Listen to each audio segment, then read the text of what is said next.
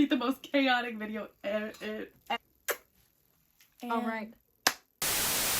Hi, and welcome back to my YouTube channel. I'm Liv, and if you're wondering why I am so dressed up, well, stay tuned to find out.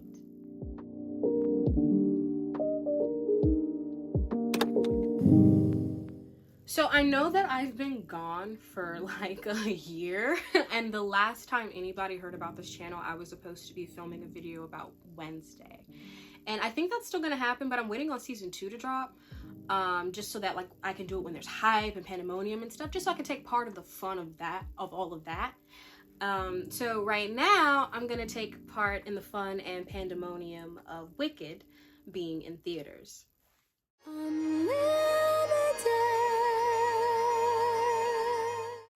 If you know anything about me, you know that I am a big musical theater girly. Like, it is my bread and butter, it is my life, it is my passion. So you can only imagine my feelings about Wicked coming out. I was very on the fence. I know how Hollywood likes to treat musical theater movies, and my expectations were not very high. Happy to say, I was thoroughly pleased with the presentation of the film and how much care went into the production. Something I want to introduce to my channel is Margaritas and Musicals, where I drink maybe by myself or with a special guest, and we talk about musicals. So I went to see Wicked today. If you can't tell, I'm Galindified. And there has to be an Elphaba to my Galinda.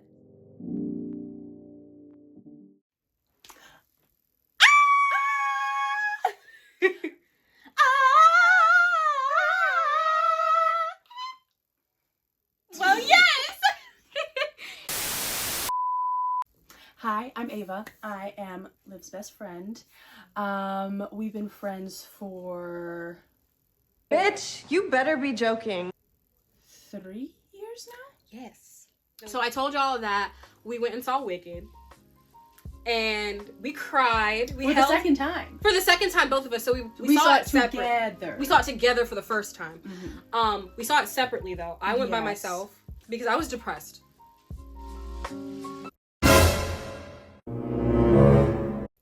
Yes. We went and saw Wicked tonight together for the first time. I saw it alone. She saw it with her sister. With my siblings. Yes. Your siblings. Oh, your brother went. And it was fun to go with people who literally walked in the door with no preconceived notions, no expectations, no idea of what was going to happen. So it was cool to hear varying thoughts from two very different perspectives. I think you should start with your feelings in general. Like the first time you saw it and then seeing it this time. Okay, so feelings when I first saw it, obviously I had a lot of mixed feelings, a lot of mixed emotions going in, but I would say it was overall positive. I was very excited to see the movie. I'd heard good things thus far. You had already seen it. Oh, I had seen it before you. Yeah. Girl, I you were forgot. like, it's gonna be good, it's gonna be good. Oh yeah, because okay, I was telling you. If you like it, then I know I will like it. Yeah. So watching it, it was just,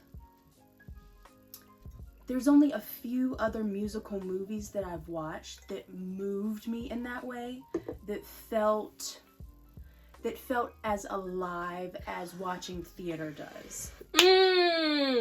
So, because I always get that feeling in a theater, whether for whatever the thing is, but I got that feeling with this movie. What are some musical movies that give you that feeling?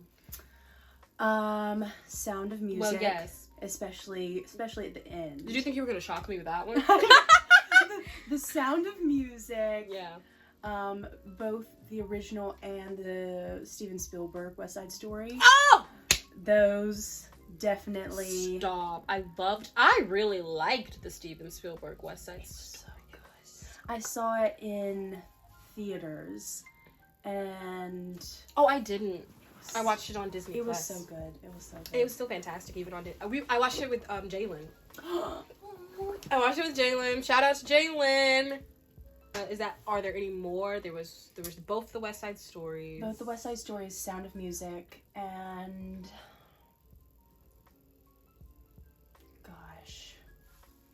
I guess Singing in the Rain. Shut up, yeah. Singing in the Rain. Yeah, that's my jam. That's my jam. People! I ain't people. Yes. I quote her every day. It gave me the same feeling that some of those musicals do. Mm-hmm. It was sort of, to me, I feel like it's going to be our generation's modern classic. So when we refer to like a classic musical, it's going to be Wicked.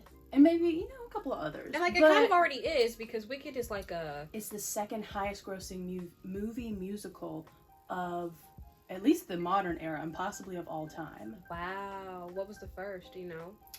The highest grossing currently is Mamma Mia with almost $700 million because Meryl Well, yes! Streep and ABBA. Okay. That was a combination. They knew what they were doing with that one. And like, I mean, Wicked itself, though, even the musical, the stage musical, is already such a classic. Like, if you don't know songs from Wicked, it has a built-in fan base from the beginning. Exactly, right. Not to mention, so I'm preparing for another Wicked video. When I was doing my intro, I was talking about doing videos that are timely, you know, taking place in the mania of things, because it's more fun. You build a better community that way, and it's just more interesting for me as a content. I was doing a deep dive on Wicked for another video that I'm planning on filming, which is just going through, like, ew, I hate that I said like, which is just going through the themes of the musical. We have a movie musical based off of a stage musical, based off of a book that is based off of the movie, the original books. Novels. Yeah. Hey guys, it's Editing Liv here. As you can see, I am literally about to go off about all of the history and properties of The Wizard of Oz, but it's way too long, so I cut the explanation.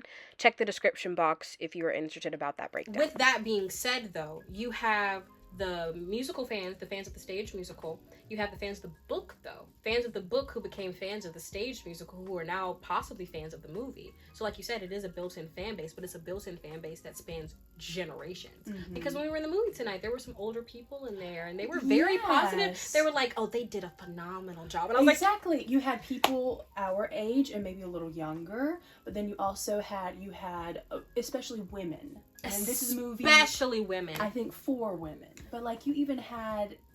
not to assume anyone's age, but you had like a very large age range in there, you know, on a Thursday night. On a Thursday night. From like 30s to, I would say there were a couple like 60-year-olds in there. So it, you know, even if you're not a musical person, it's enticing. And since I work at a bookstore, I've noticed an influx of people coming in to buy the book that inspired the Broadway production. Which is a little scary. Because I don't think they know what they're getting into. They don't know what they're getting into. They don't know what they're getting into. And there's also like, is it 8 books, I think, of the Gregory Maguire series? It's... Okay, let's see how... Wicked. Life and Times of the Wicked Witch of the West. There is Son of a Witch. That's the second book. There is A Lion Among Men.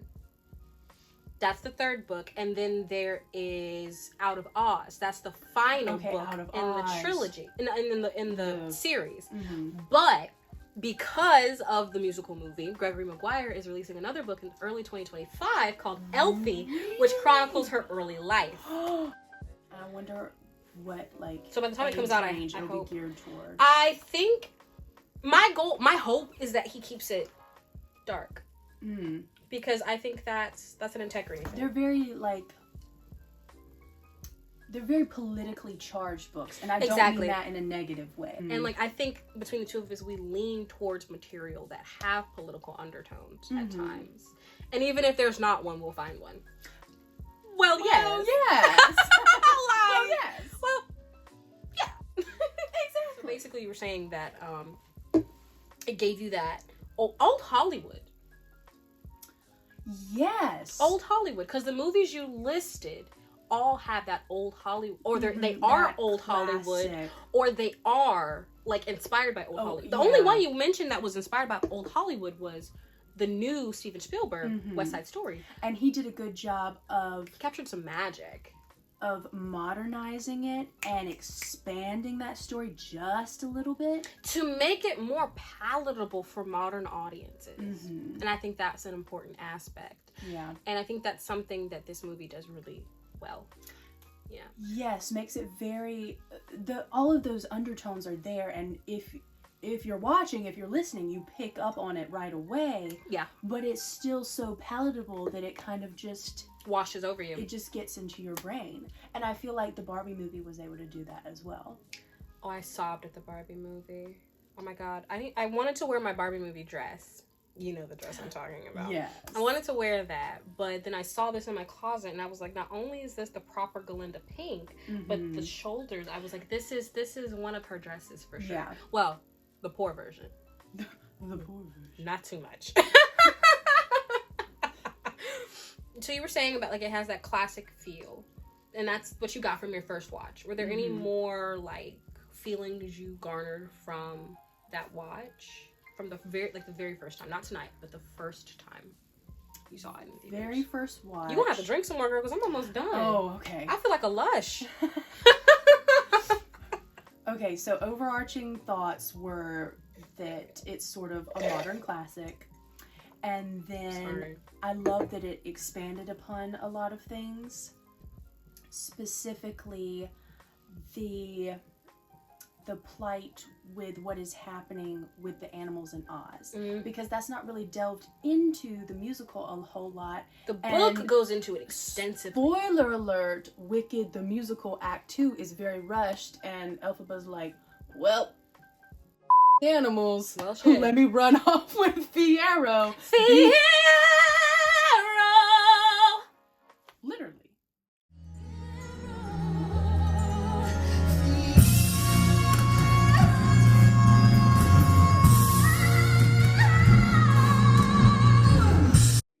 She runs off. And so I like that there's a lot more. Oh, she grows up with the animals. She loves the animals. She's raised by them. She has a connection to them. Yes! Because the animals, that makes sense! The animals see her, but they don't judge her outward appearance. They see her inner goodness. You clocked that. That's something I didn't even clock on the first watch. I forgot. Like, it just washed over me that she was raised primarily by the bear character, because I was so focused on how dad is. Yeah, her dad sucks. Also, I think it's safe to say, spoiler alert. I mean, we're kind of late in the video. Spoiler-filled video. Spoiler for the movie. But the musical, the book, like literally everything. But girl, how I'ma spoil a 20-30-year-old book and a 10-year-old musical? Be serious now. A 20-year-old musical. 20-year-old musical. Yeah, it came out in 03. 03, it did. I was 2. Adina Menzel was making history and I was my diapers. I was also 2, or possibly 1.5, depending. Well, yeah. Oh yeah, it depends on the mom. She's old. Yo! But like, wait, hold on. You're so sick and twisted. She's old. Just a little bit. Distinguished. Yeah. Catch up, young whippersnapper.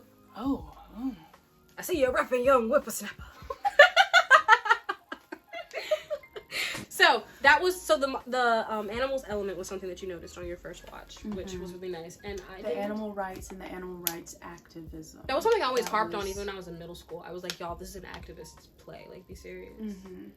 Anyway, was there anything else though that like stuck with you from your first watch? I think it just overall it was very healing watching it. You said that to me. I was hoping you'd say that. Not only as just like an average movie goer, because I go and see a lot of movies. That's kind of like a fun pastime for me. So not only that, but it was like it healed my inner theater kid. It made me want to perform again, to sing again, to watch and listen to musicals again, because I feel like that used to be such a big thing for me. Right. And I just Wicked was my first foray. Yeah. I'll probably get into that in a minute, but yeah. Mine was much darker than that. What was yours? Next to Normal. Whoa, you're not okay. You've never been okay. I'm gonna kill myself. Is Next to Normal also Superboy and the Invisible Girl. That was one of the ones that I loved. Love that. Oh my god, that was one of my favorite songs. And I miss the mountains. I love that song. Not me about to cry, wait! Nah. Because I haven't heard you sing in so long. Oh my god, my Shayla. But yeah. I think last thing is, so I enjoy Wicked. I've seen Wicked live. I haven't yet. I enjoy the music, but it's never been like my most favorite, like, prized musical ever. There have always been, I would be like, I like Wicked, but I don't love Wicked. I'm not obsessed with Wicked. But I think this movie really made me see the arc of Elphaba much more than I ever did before. And I think because they had time to really sit in those different moments and flesh things out, it was like, also, I finally got it. I finally let it in. Also, the movie ends right when it starts to drag. Yeah. Because Sentimental Man, I clock out. A little bit. And because it was right at that point where I'm like, okay, it's time. Bitch, it's time to go.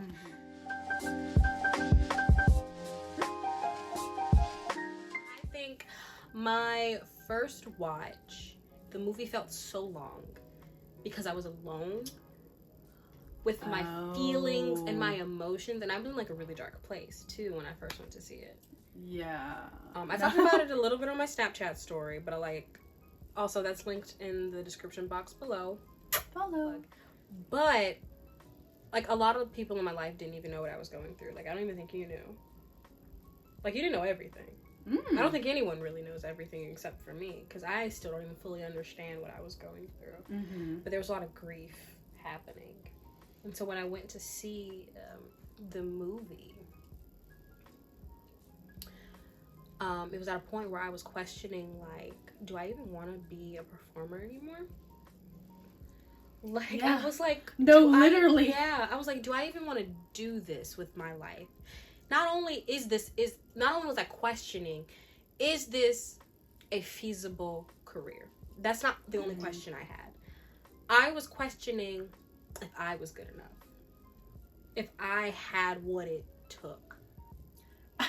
No, literally, I feel you. Yeah, and so, like, I got started with musical theater around the time I was entering middle school. But I really got into theater, and I'm going to name drop, because I always name drop him, Joey Webster.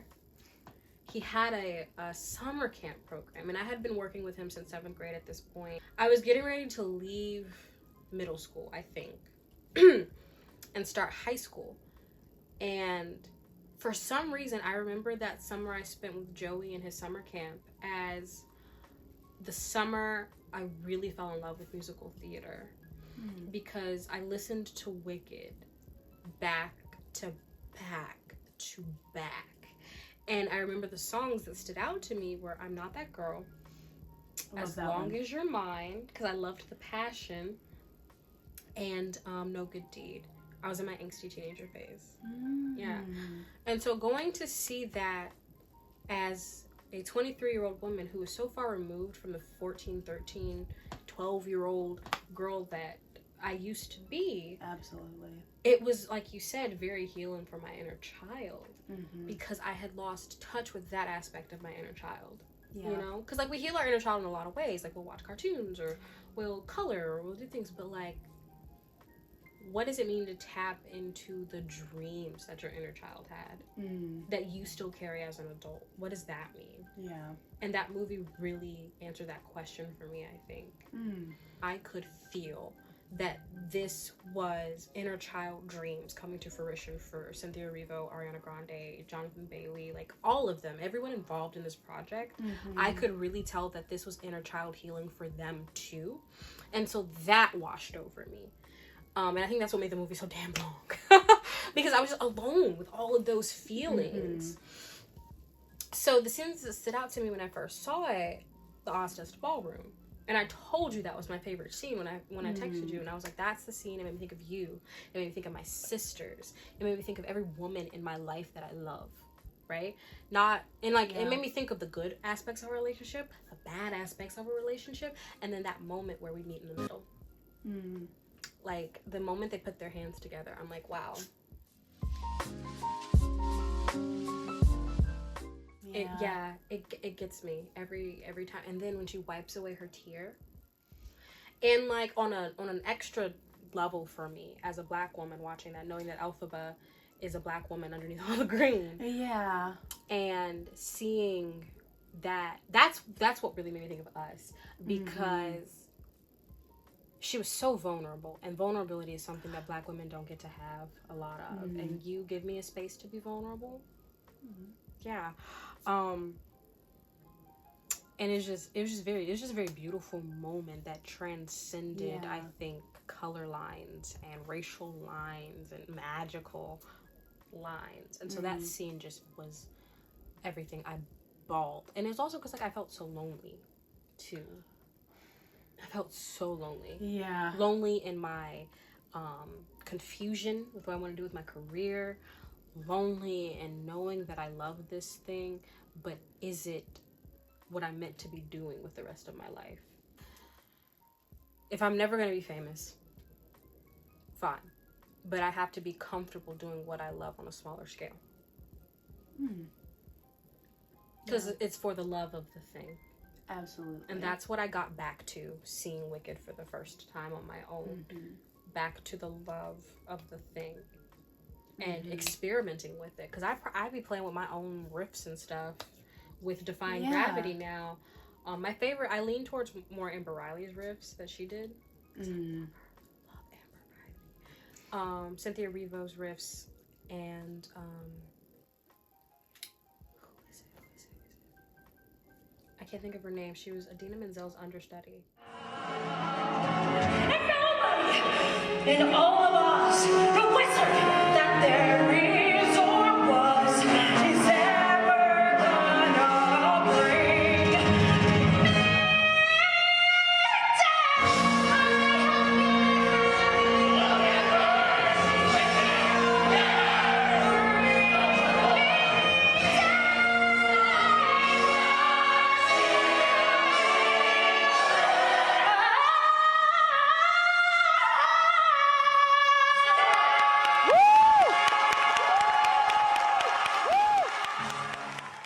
She only got to go on stage a couple of times, and she was one of the earlier Elphabas. And every time. And she just went for it. And, because usually, Broadway is very particular and precise. You need to make it the same show over and over and over again. So they're very particular about what extra little bits you can do, what extra little riffs you can do. Shit, she took risks. But because she was, a standby, she's not really going to be on that often. So she kind of took that risk. And it sounds... Hers is so raw. It's so simplistic, even though it's not. Because she just gets the emotion across. She's acting. Because she's literally the definition of acting the song. She's telling the story. She's not like, and now it's time to hear me riff so you guys will think so I'm that cool. I can sound pretty. Yeah. No. She's really in like, what is it? No Good Deed, I think, is actually my favorite song in the musical. Next to No One Mourns. I think it's No Good Deed, No One Mourns the Wicked, Defying Gravity, For Good, and there was a fifth one I can't remember right now. It was in my head just now and it ran. It take you that long to find it? It does. As long as you're mine. But yes. No, because part 2 of Wicked, I hope they'll put Norbert Leo Butz in there. Oh yeah, I hope he gets a cameo. I hope he gets a cameo, and any of the... Because I know a couple of the original Broadway cast members have passed. Yeah. So some of the ones that are still left, yeah. I would love to see cameos in part 2. I think that would be really cool. I hated Nessa Rose. Like, this movie really stood out to me. And I think it's as someone who... I am an Elphaba in the way that I fiercely love my sisters. Fiercely. Whether they know it or not, whether they believe it or not, I fiercely loved them. And it made me think of my relationship with my little sister. And if my little sister acted like that, I would have to fight her. Like, we would have to box.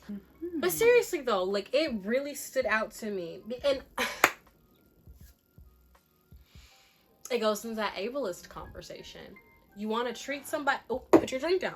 You want to treat someone differently because of their appearance, Elphaba, Nessa Rose, even Bach as a munchkin. Yeah. Right, you want to treat them differently.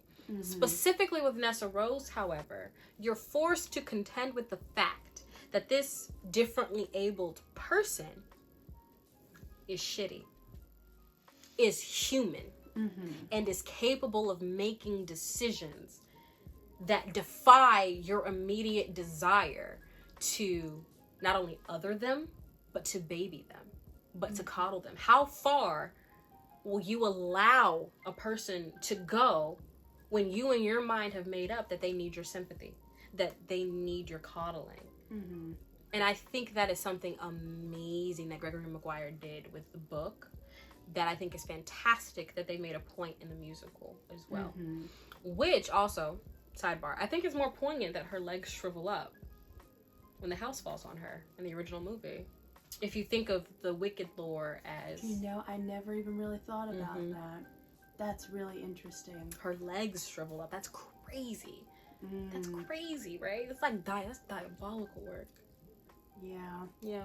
And where the house lands, the poppies, the red poppies, in the Ozdust ballroom scene, I'm pretty sure the little flower detail on her dress and then the flower necklace and earrings, I'm pretty sure those are red poppies. Mind you, Nessa Rose's costume has a lot of white, but also red.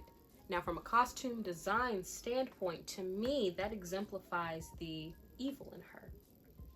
Because red it can be a color of passion and love, which is what you would think with Nessa Rose when you first look at her, when you first see her. If you minimize her character the way she is so minimized because she is differently abled, you would think red is representative of her love for Bach, her love for love. But I think it's a subtle nod to the evil in her, because we also associate the color red with evil. And in the scene Defying Gravity, when Madame Morrible is talking about Elphaba, there's that moment where it says she's evil, but Nessa Rose is the primary focal point in that screen. That was some awesome cinematic foreshadowing. But overall, on my first watch, it was just emotion, raw emotion the entire time. But okay. Oh my god. Us seeing it today together, your experience. I really enjoyed it. It wasn't something, when I went to go see it initially, I think I was just so focused on all of the emotions and feelings that I didn't even think about, oh my gosh, I saw this with my siblings. This is a really awesome moment, seeing it together. But I think that's because that's something that we really enjoy doing a lot. So I don't necessarily take it for granted, but it's something that I'm used to doing. And I don't know, have we seen a movie together, like at the movie theater? This is the first time. So that was really fun because we've never done something like that before. Yeah. It was like the next step in our relationship. It really was. Oh my god, we made history today. Because I don't really, like I said, I've only been to movies with friends like a handful of times, and usually it's like it's like a couple of groups of people, you know, it's not just one person. And you know, usually it's just like you sit and watch the movie, and maybe you like whisper one or two times, but you kind of like focus on watching it, and then at the end you're like, you discuss your feelings. But I felt like we had already seen it the first time, and we felt comfortable with each other to like talk, and we were gabbing the whole time. I hope we didn't disturb the people. I don't care about disturbing other people. There was a lady in the theater. She wanted to be our friend the whole time. She didn't get to move next to us, though. She was so sweet. Shout out to her for She saw it 8 times. She saw Wicked 8 times. That was her 8th time. That was her 8th time tonight. And that's my favorite number, so it was Kismet. That was amazing. She was sweet, yeah. Yeah. But it was just fun to like go and see a movie with a friend and sit down and get to like enjoy the different bits together. Yeah, because the way we're sitting on the couch, lean on each other. oh my god, we were crying. And like we did the Ariana Grande the no. What did we do? The hold your finger out. Where she's like in that one interview where she's like, holding on to something. the queer media, I've seen, we're really holding space for defying gravity, and and she's literally she's going to Cynthia. She's going. Mm-hmm. Yeah, that's what I wanted.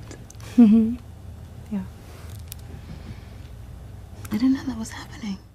We did that, but I think we did the fierce version of it. Yeah, where we it was were we were like this. locked in. We were like sobbing. Yeah. That's why I had to move my head a little bit, because I was like, okay, the tears are like gonna get on It's her. okay. I would have loved it. It's fine. But it was really fun to see it together and experience it together. And because I'm the type, so me and Ava went to college together, and I'm the type, I will whisper to Ava in class, and Ava's like, and so they were, because Ava's like laser focused, right? And I'm just like, I have a thought, I'm gonna tell you. And so Ava, sometimes I would say something and she'd be like, and then flip back to the like movie. I want to politely, like, obviously acknowledge what you're saying, but then I'm like, we gotta get back to class. Yeah, and then like in the movie she did it sometimes, but no, I don't feel offended. I've never felt offended when you've done that. Okay. Ever. I'm just bringing it up because like I know it's like a thing where I know you, right? And so even because I talk more, like when we're supposed to be quiet, I'm gonna talk. There's no way I'm not gonna talk. And so I know you're acknowledging me, and I just felt like that was a nice thing to recognize about you, not to be surprised about it, and to actually be comforted by it. You know what I mean? Yeah. Because I knew you saw me and you heard me. You were just also wrapped up in your emotions. Yeah. So holding space for that. We were holding space the entire movie. Yes, for each other. And because we're both in queer media. Right. At least in college, probably. Why are you gay? Who says I'm gay? You are gay. So I think we're going to shift gears a little. Because I will say this really quickly. Well, yes, changing just gears. like the monkeys at the very beginning of the stage yes. show. If you know, you know. Lock in. So I will say, watching it with you today, fantastic experience. I had a lovely time. I was just really happy to be there. It wasn't something that I thought I needed until after it was over. And then I was like, I knew I needed it on the first watch. I'm glad I saw it again. I'm glad I saw it with you. I'm glad we saw it, together tonight. That was just really fun. I knew I needed that on the first watch. So am I better than Ava or no? I knew I needed you the first time I saw it. Just saying. Oh, what does it say about you? What is the feeling? Does it have a name? Yes.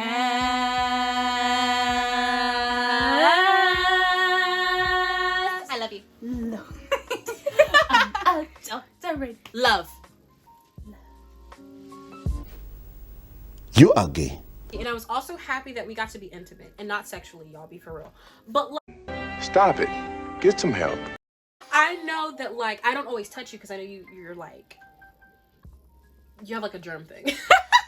Well, no, not with you though. Well, and that's the thing though.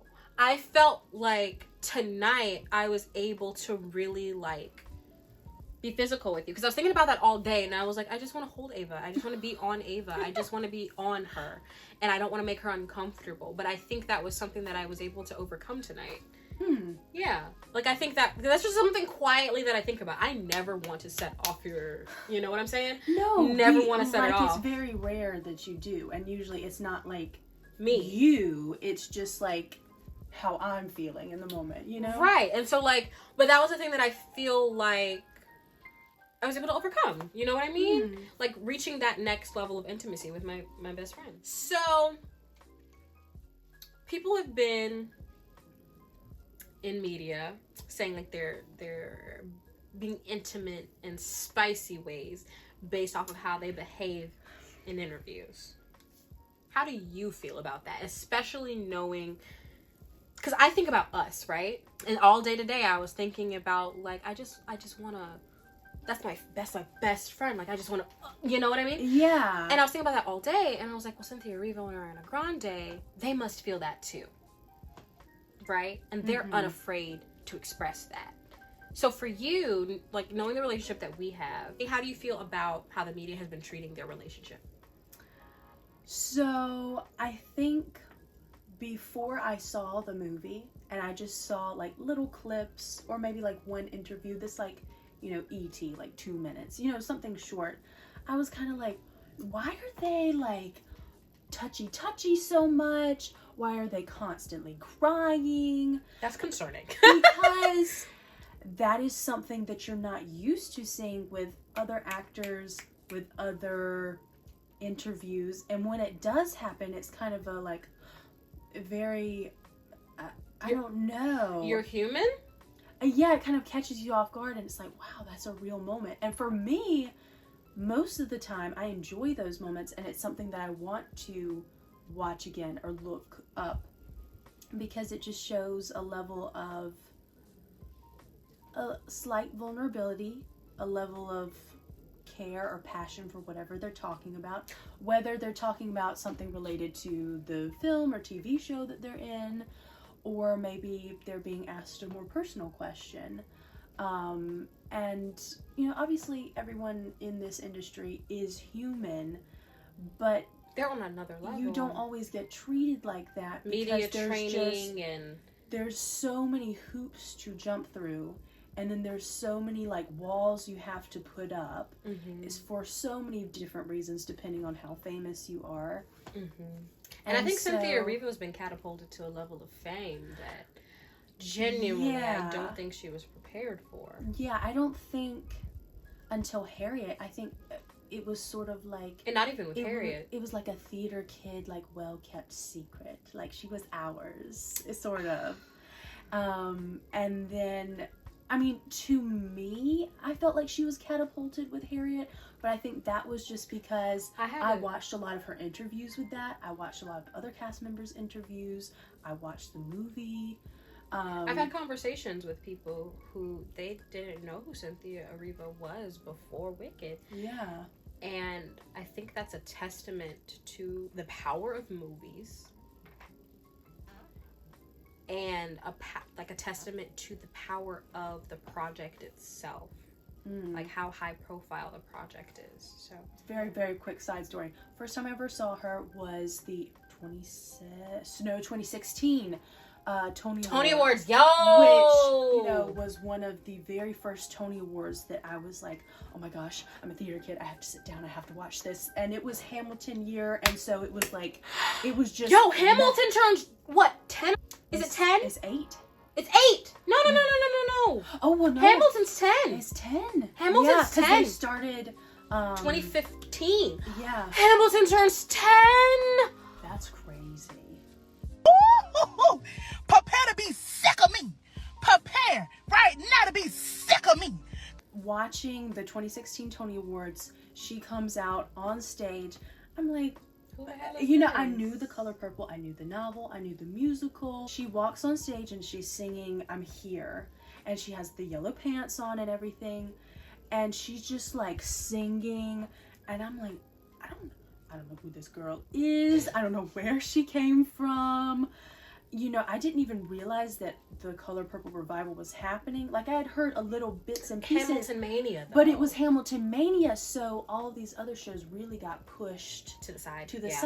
Yeah. And so, not only when she performed, it was just electrifying. It was magnetic. Obviously, Hamilton was very magnetic.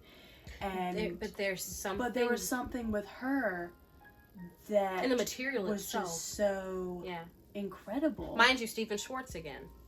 And I was like, I don't know who she is, but oh my gosh, but she's I need amazing. To know. Like, I need to know more. Yeah. But I remember like sitting, I was at my grandma's house sitting, watching the Tonys live. It was just magical. And then when she won Best Leading Actress in a Musical history, because she was nominated against, I believe it was Philippa Sue. But obviously that category the winner was announced after Cynthia had performed I'm Here, and I was like, I hope she gets it. I was like, because, I mean, that's just like once in a lifetime you see that kind of power on a stage. In a person. Mm-hmm. I was introduced to Cynthia Erivo because of Harriet. Mm-hmm. I knew of her. I had listened to her version of I'm Here. I had never watched a video of her, though. I had never looked deeper into her. I just listened to her voice. But then Harriet came out. And something that deeply moves me, you can be a powerhouse belter. Okay, cool. Being able to sing as a black woman. I'm gonna always talk about being a black woman. Leave my channel if you don't like that. But there's the door. Okay, expeditiously. But being able to sing a Negro spiritual. It was like listening to her sing Go down, Moses, way down in Egypt land.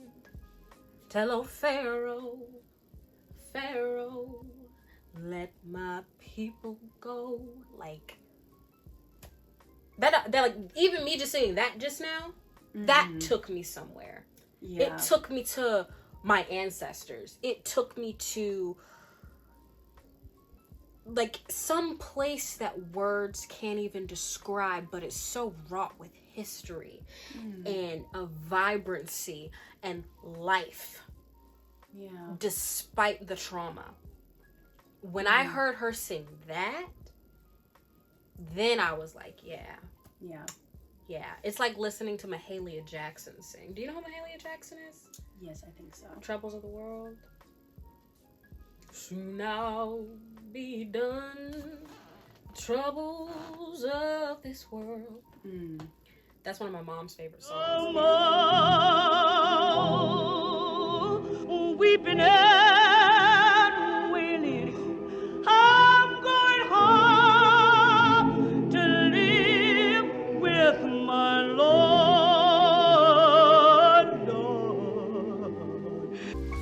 So Harriet was really when I was like, yeah, Cynthia Erivo. Let me get in on that. And let me just tell you, okay, us little like Hamilton girlies, I don't know how many of you were out there, but there was a fairly fun campaign going on the social medias back in like 2016, 2017, where it was, we wanted Cynthia Erivo to be in Harriet the Musical. We were going to have Lin-Manuel Miranda write Harriet the Musical, and he was going to play Abraham Lincoln. And that is so he funny. was going to rap the Emancipation Proclamation. It was like, it was just a little bit of a thing. I don't know how many girlies were out there like advocating for this, but I was one of those girlies because I thought that would just be so fun. And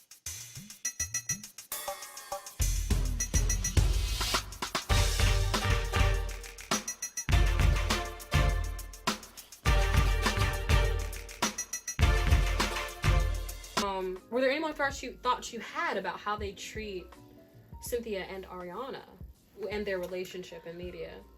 well, I think going back to a very long tangent. That was a long tangent. But, you know, I was like, oh, this constant crying. You know, because that's what everybody else was saying around you. And you kind of, it's sort of like... You lean into the cynicism. You get into the pitchfork mode with everybody else. And, you know, sometimes the pitchfork mode is warranted. They're not wrong sometimes. But sometimes. Yeah. But for me, I sat down to eat dinner one day. And you say eating dinner. Like, hold on. Every time I call Ava or I say Ava's like, hold on, I'm eating. And I'm like, I'm eating all the time. It's not even funny. I love food so much. I love food. A potato I'll probably eat that fucking potato. Bitch, can I get through the vine? Big fat ass bitch, you eat everything. But yeah, the pitchfork mode, yeah, you get it, you get drawn into that. Cause like, this is going into like spirituality talk and things like that, but there's duality in the world and there has to be a balance. And I think right now, the times that we're living in, they're tipped so heavily towards evil and negativity and darkness that it's so easy to get like wrapped up in that type of stuff. So like, I understand, like, yeah. But then like, what changed for you? It really was, and I hadn't even seen the movie yet. I don't even know if the movie had come out yet. But I sat down and I watched this guy interviewing Cynthia and Ariana, and they were like, at the end, they were like, oh my gosh, you're the best interviewer we've had all day, like blah, blah, blah, blah, blah. And he did really ask some excellent questions. And I just saw a realness and authenticity that I had not seen before. Because, you know, you're just scrolling through TikTok and you see like a 20-second clip and you're just like, oh, why are they crying? Moving on. You know, because you don't see that with a lot of other actors. I think sitting down and watching those interviews that with the guy, and then the ET interview where it's that really raw moment between the interviewer and between Cynthia. Is that the one where they're outside? And then Ariana's like, oh my god, go away. Airplane. And it's just like, and oh to my me, God. it wasn't like the cameras were there. It was like, this is Ariana. It was like a couple of people having a conversation, like being like, I was moved by this piece of work. I was moved by this. And just having a real Wait, why am I getting emotional just and then thinking there about being the best friend right there that's like wants to be there and support both of them and is feeling the empathy, and then is like, oh, shut up, we're in this very important moment, you know. But she's adding a little bit of comedy, a bit of levity to the listen, situation. SpongeBob said that she was a hilarious actress. And you know, he's probably not wrong. And you know what? A broken clock is right, what, 2 times a day? 2 times a day, so... But yeah, I really didn't have a problem with the like touchy or the crying, because especially after seeing the show, the movie, and it really healing me, it made me go. It opened up your capacity to feel empathy for another human, another artist, and another person that you recognize as being a musical theater kid.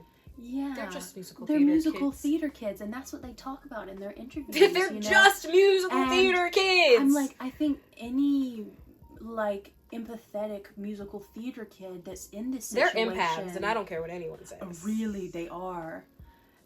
They care so deeply about the show and the roles. And so then when they're asked questions, because I put myself in their shoes and I'm like, well, if I was asked these questions, I would get emotional too. Ariana Grande's a Cancer, like me. Her birthday's like the day before mine, like a day or 2 before mine. It's meant to be. I love her. I really do. Watching the movie and then seeing it through that different lens of how they were talking about their work. Because you can see their passion. You watch that movie, you can't ignore how deeply they care about this movie. Yeah, they care about it a lot. And I think, like I said, if I put myself in their shoes and I was being interviewed and asked these questions, I would be filled with so much emotion. I mean, even doing a community theater show or a show in college or whatever have you, being asked about your craft, is just so wonderful. Whoa. I mean, even like with some of my work, I've been asked by children that's my favorite. They come up to me and ask me questions, and you know, sometimes it's a simple question is like, what's your favorite movie, or what's your favorite color? And I would say like probably like 80% of the time they genuinely want to hear your response, and that's really nice. Children, I'm sorry. Children are the best audience members, I think. Well, now as she's traumatized. No, but when overall, they're really invested in the work, right? Children have such amazing. A pure view of the world 9 times out of 10. And so when they're coming to ask you a question as simple as your favorite color, they saw something in you, in your performance, and they want to know more of that they saw. Whatever, because if you're a really good artist and a really good performer, there are pieces of you in everything that you do. And children are just really good at seeing through all the BS. They see seeing the real person. Children see your inner child, really. And so when they come up to you like that, what's your favorite color? What's your favorite movie? why do you do this? Mm-hmm. And it's because they see the human in you. They see the baby in you. Mm-hmm. And like that is just so important. I love when kids ask me about why I do what I do, or they want guidance, or they just want to talk. I'll listen to a child talk all day. Yeah, because sometimes they, you know, they enjoyed the show, but they want to be like, my grandma has a birthday today, or they're like, my parents are getting divorced. Or guess what? My mama went to jail. But it's just fun to, you know, because they want to come up and interact with you, and maybe they don't know exactly what to say, or they don't have someone who cares about what they say in their life. And they see something in you. And they're hoping that you'll be that person for them. Because you've shown them somehow that you can be, and that you have the capacity connected. To be. And so there's the holding space, right? That's the holding space. That's the holding space, y'all. That's holding space for other humans to be human. My opinion is that, like, we're not holding space for them to be human. And every interview that I watch, like even with Cynthia Erivo's response to her outrageous, honestly, reaction to the fan art, she was like, it was just a human moment. It was just human, you know. And I, to an extent, hear her. I see her. Yes. I'm going to get into the nuance of that. Don't play. But a lot of their interviews between Cynthia and Ariana, together or separate, they're like, we're just human. And I feel like this might have been a project where they got back to being human and not being celebrities. Not to say that celebrities aren't human, but you know, there's like a different mindset. There's a different culture. Celebrity culture is not the same as an everyday person culture, right? And that can kind of strip you of your humanness, and it can bar you from that person-to-person interaction that we're talking about. And so you do need to hold space for even celebrities to be human. Yeah. And so I think the media treating them the way that they've been treated is a very real sign of where we are as a society and the way we view each other as people. We treat each other like a commodity. And the best representation of that is celebrities.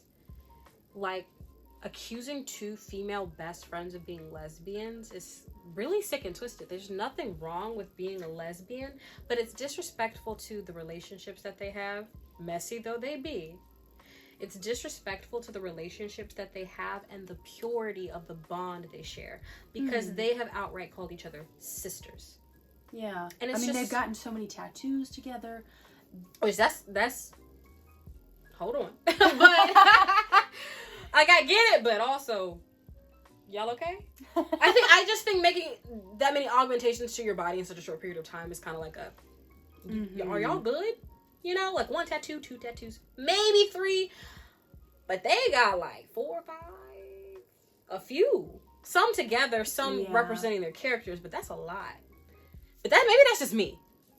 Who the hell am I? Child. Anyway, so we treat each other like a commodity. We treat each other like a product to be consumed. And celebrities are the best example of that, because minimizing what they have to something sexual, it's depraved. And people aren't coming at it like, oh, they're lesbians, oh, it's okay, like they just need to go ahead and come out, like, but whatever. Like, first of all, it's nobody's business to usher someone out of the closet. I think the best representation of this is Shawn Mendes. Yeah. Like, I don't even want to touch that, but like, if you know, you know. That's a loaded topic. That's a loaded topic, but he's the best example of like people just being, there's an undercurrent of depravity and even somewhat homophobia from people who wouldn't even see themselves as homophobic, but that behavior in itself toward him is homophobic. Like, forcing someone out of the closet that you think they're in, that's awful. It's a horrific and horrendable. That's a horrendable thing to do. And so it's the same with this. People weaponize sex and sexuality to create a narrative that minimizes the truth of what a thing is, the purity of a thing is. by contrasting their sisterly relationship, their best friend bond, with something sexual, you're attempting to minimize what they've created between each other. They're attempting to revoke this safe space that they've made with each other. And that's where I have a problem. That's what I don't like. Because a lot of the people having this conversation are the same people. I'm a girl's girl, women supporting women. I'm down for women support. You're a hypocrite. You're a hypocrite.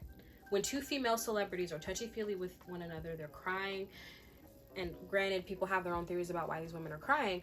But, like, they're being very human, truly. And it's jarring to see as a society that has stripped celebrities of their humanity. And furthermore, we've stripped one another of our humanity. Also, I don't know if we said this at the beginning, but, you know, feel free, pour yourself a glass, join us. Oh. Now, Ava.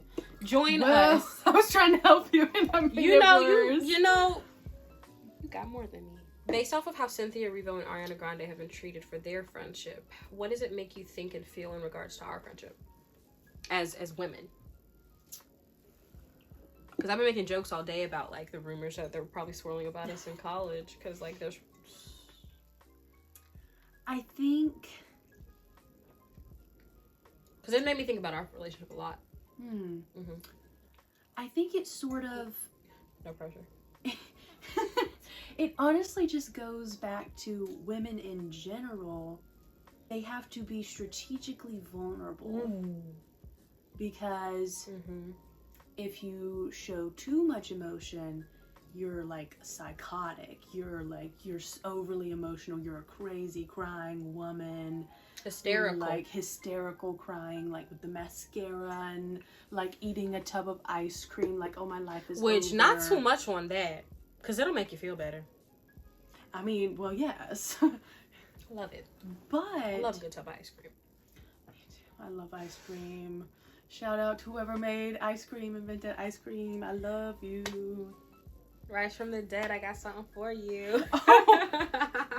Country boy, I love you. I don't know. It's like, and it was mainly women that were attacking them and putting them down. Internalized misogyny, internalized homophobia, or externalized homophobia, because a lot of these women could just be homophobic, genuinely. Again, I think a lot of people lack empathy, or over the years they've been forced to bottle it away or put up these walls because it's like almost looked down upon. Yeah. To be so in touch with your emotions, to be so free with crying or laughing or you know, different acts of love or affection or joy or whatever. And so, you know, it was mostly women in that theater tonight. Even a lot of the workers were female. Were women, yeah, actually all of them. And that we interacted with. Yeah, and we're very much encouraging us to stay till the end of the movie, to watch the credits, to have conversations about, oh, I love this aspect of the movie, or this is what I noticed. Or yes, did you notice that this person is in this or this moment or this moment? And I don't see that happen with a lot of movies. And so it is encouraging female friendships, I think. Yeah, it was a very female support for one another. Despite Nessa Rose being a hoe the whole time. I hate her. I do not like her. Listen, she's a morally gray character just like everyone else in this musical. And no, that bitch evil. Oh, okay. But I think we all were in that theater and it was just such a safe space for people because I was hearing people cry. I was hearing people laugh and laugh loudly. Me. Or there were other people I noticed behind us, you know, sort of like giggling or sort of like talking, oh gosh, whispering. You know, like really enjoying instead of sitting there and being like during the movie, you know, which is fine in some cases. I think an experience that I had that was similar to what I'm experiencing with Wicked is the Black Panther film. When it first came out, black people rolled out in their dashikis, packed out that theater. They was talking to the screen, laughing at the movie. And it was just such a beautiful community experience. And so I feel like a communal experience. Exactly. And so that, oh, sorry. We're having a communal experience talking for each other. I think what Black Panther was for Black people, this movie, Wicked, is for women and female identifying individuals. I genuinely believe that. Wicked shifts that focus between Elphaba and Galinda. You get both sides of their story for the most part. Now there's more of an emphasis on Elphaba, obviously, because the source material leans that way, but they created more space for Galinda. And in doing so, they centered female friendship, solidarity, and what can happen when society rips that apart. And so in reference to like our friendship, when I see them being torn apart the way they're being torn apart for loving each other so openly and vulnerably, like that was part of the reason why I was like, okay, I'm gonna open myself to vulnerability with Ava today, because I need that, and I don't know if she needs that. If she doesn't need that, she'll tell me, right? Like it was me holding space. It was me holding space for you to accept or decline.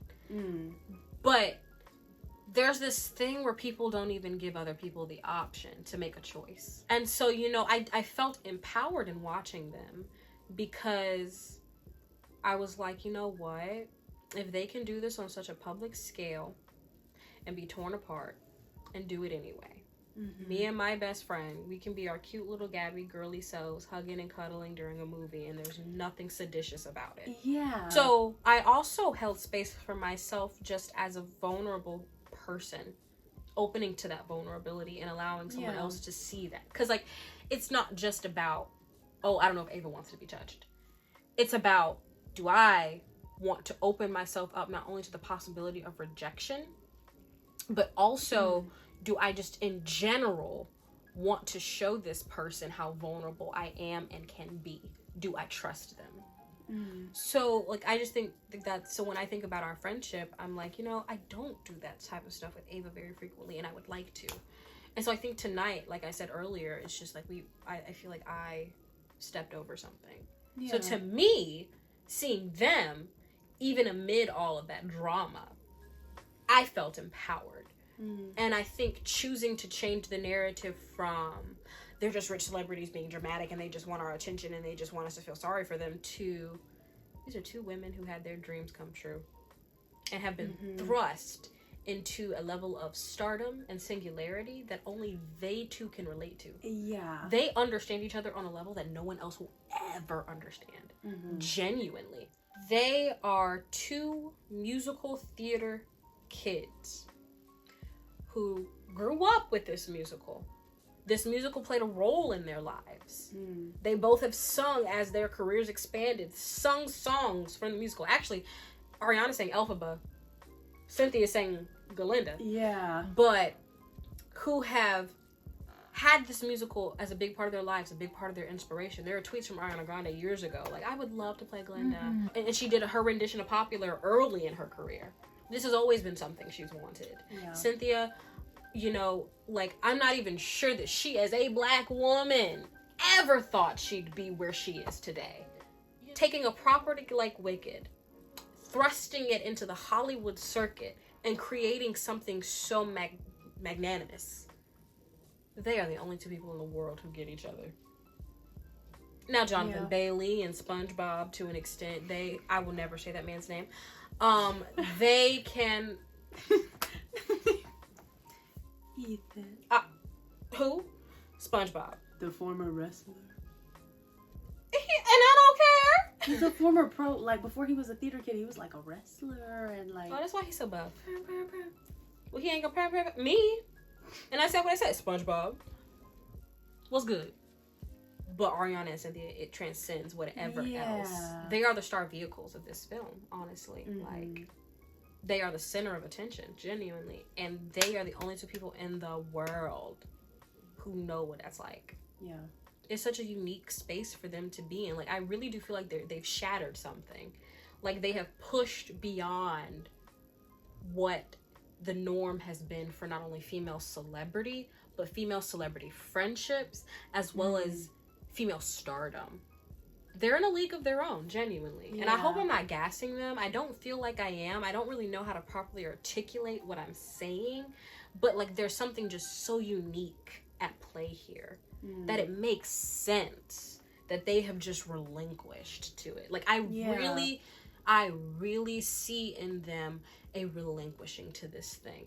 And that makes me, as a person, as someone who loves the women in my life, like, the most important circles surrounding me are women. Yeah. And it makes me just want to relinquish to that. Obviously, the first time watching it, it was very much about me and myself and the emotions that I was feeling and everything I was going through. But it was fun to watch it through your eyes. Oh, because I will cry. Wait. because, like, it's interesting to see what you're experiencing, because I know there are certain parts that, you know, are your favorite parts, or you have like a certain favorite song, or I get you. You know what? I felt whatever. similarly, like, because like I said, the moments where you gave me your Ava's in class responses, I could tell that those were the moments that you were like, I was locked in. right. And I loved knowing that, though. Yeah, True. So anyway, thank you for watching this chaotic video. It's gonna be, editing this is gonna suck. If you made it through to the end, give yourself a pat on the back And drop, for being an excellent audience member. yeah, and drop a wand in the comment section.